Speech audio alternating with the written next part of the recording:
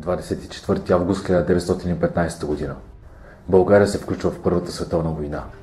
Армията ни влиза във войната с гръм и трясък. След епични сражения до края на ноември войските ни разбили огромната сръбска армия и изпратените им в помощ две френски и една английска дивизия достигат сръбско-гръцката граница. По политически съображения армията ни получава заповед от висшето командване да се окопае на границата. Започва така наречената позиционна война. Фронтът преминава по високите била на македонските южни планини. Само край Дойранското езеро високата страна на Беласица се разлива в 5 ниски планински вериги. Регионът е идеалната точка, нужна на силите на Антантата да се опитат да извършват пробив в българските позиции. Дойран ще стане арена на непрекъснати сражения, включващи ежедневни артилерийски, въздушни и патрулни схватки и 3 генерални штурма.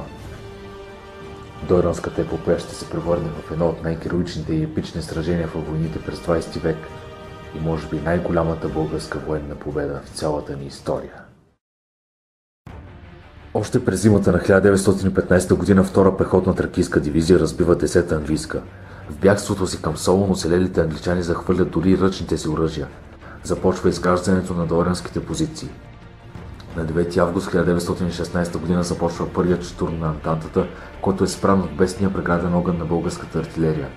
Чуждите войници, успели да достигнат до българските окопи, биват посрещнати на нож от българската пехота. На 10-я ден, понесли страхотни загуби, французите отчаяно се оттеглят.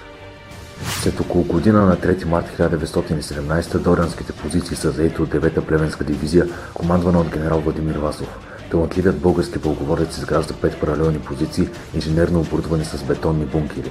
Използва няколко месечното затишие, за да прати бойците и офицерите си на невиждан труд. Българите изграждат система от бетонни и скални укрития, които да приберат всеки боец в случай на артилерийски обстрел. Тези съоръжения понякога достигат дълбочина от 17 метра под земята. Войниците са разгневени, тъй като ежедневно копаят. След войната обаче Вазов дълго време получава подаръци от майките и жените на оцелелите свои бойци, в знак на благодарност, че е опазил мъжете им.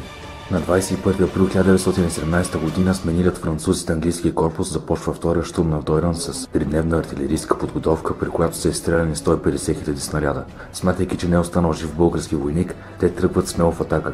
Посрещнати са от плътна картечна стрелба и от контратака на нож. Поражението е огромно. Англичаните остават над 8000 загинали на бойното поле, стотици са пленени. Великобритания обаче не се отказва и попълнила загубите на двете дивизии, подкрепена с трета такава, предприема нов щурм на Дойран на 8 май 1917. Този път българската артилерия открива огън още преди пехотната атака. Това не спира англичаните и до сутринта на следващия ден те атакуват на 6 пъти, но всяко настъпление е отбито с огромни загуби. Трите дивизии губят от 75 до 90% от състава си. 9-та племенска дивизия е непокътната и според много изследователи би могла лесно да превземе главната база на Антантата на Балканите в Солун, но по заповед от Берлин българските войници остават на позицията. През есента на 1918 започва и третият щурм. След победата при Добро поле Антантата иска да ликвидира и българските части при Дойран и така да извади България от войната. Една френска, 2 гръцки и 4 английски дивизии, ръководени от генерал Милн, се изправят срещу 9-та племенска дивизия. Съзнавайки съотношението на силите, което е 7-1 в полза на съглашението, племенци се готвят да умрат. Много офицери обличат параните си униформи, войниците слагат приготвените за последно бели ризи. Смъртта на българския воин по обичай трябва да е красива. По българите при Дойран са изсипани 350 000 снаряда, включително и газови. Благодарение на изградените от генерал Вазов укрепления даваме 9 убити и 40 ранени. На 18 септември в гъсти маси 3 английски и 1 гръцка дивизия тръгват в атака, решени да приключат по-бързо с героите от Дойран. В този момент българската артилерия със своите 220 орудия и 400 минохвъркачки превръща терена в огнен ад. Генерал Милн пише в книгата си: 2 часа след началото на атаката 2 от дивизиите ми бяха изтребени. Той, изпаднал в отчаяние, праща 2 дивизии в обход през Беласица, но те са спрени от огнехвъргачките, ръчните бомби и картечниците на чакащата там 11-та македонска дивизия. 10 000 гърци изгарят по скатовете на Беласица. На 19 септември генерал Милн събира всичко, което може да носи оръжие, включително санитари и готвачи, за да попълни уределите си редици, но и последната негова атака е удавена в кръв. Българската артилерия е побесняла, бие с барабанен огън, за пръв път използва и газови снаряди. В края на деня английските дърбачи свират от бой. Милн е загубил около 47 000 англичани и 20 000 гърци. Загубите на френската дивизия остават неизвестни, но също са чувствителни. Вазов губи по-малко от 500 бойци. След сражението генералът иска да настъпи към Солун, но в София решават да използват победата при Дойран, за да спасят България от безчинство на съседните държави.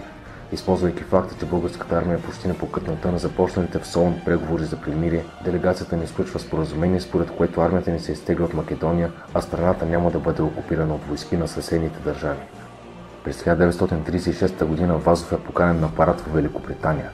Поводът е честване на победата на британската войска в Първата световна война. Когато българската делегация най-сетне се появява, фелдмаршал Джордж Милн, командващият британците край Дойран, извиква: „Свалете знамената!“ Минава генерал Вазов, победителят от Дойран. Британците са впечатлени от героизма, проявяван от генерал Вазов по време на Първата световна война. Самите те казват: „Той от малкото чужди генерали, чието име се среща в нашата история“.